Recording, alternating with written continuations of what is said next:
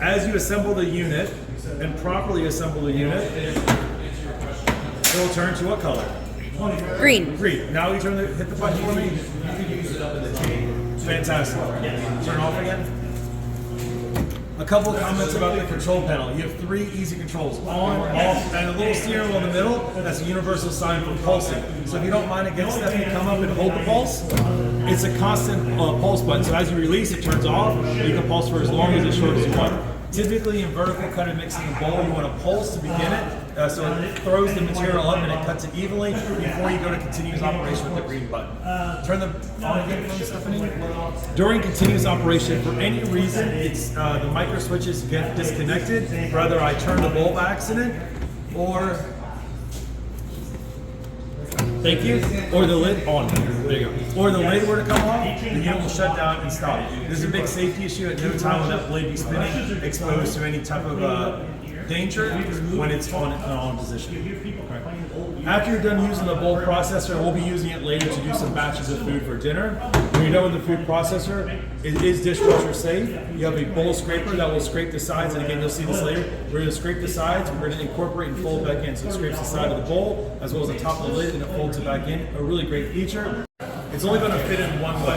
See if you can figure it out. Fantastic. Hold it from the motor screen from the top.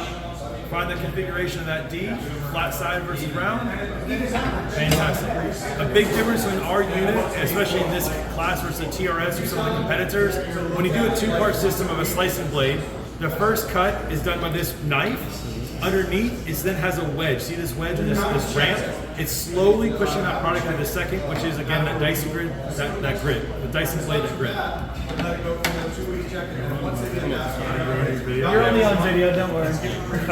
You'll rewind all this and edit, I'm sure. Forever.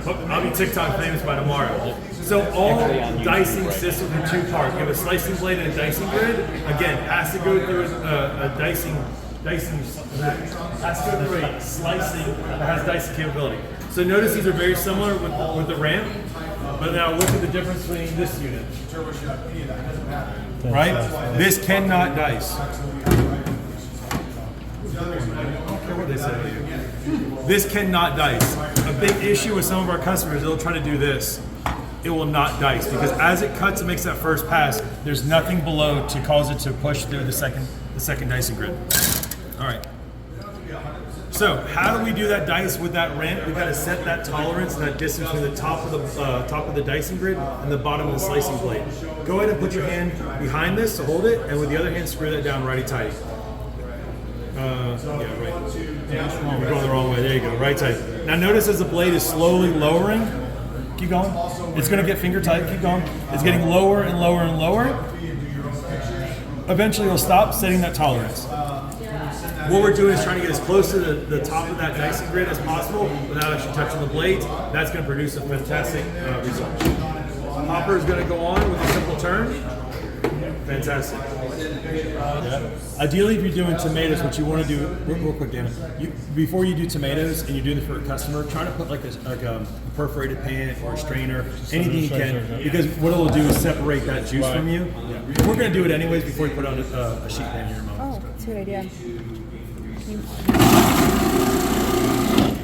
Who else would like to try? Massimo? Yeah.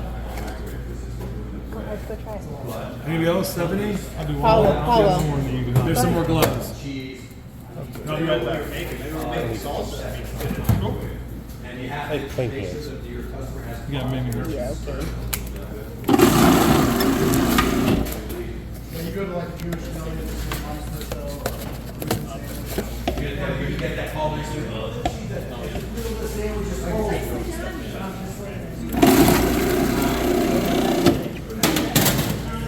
That's crazy.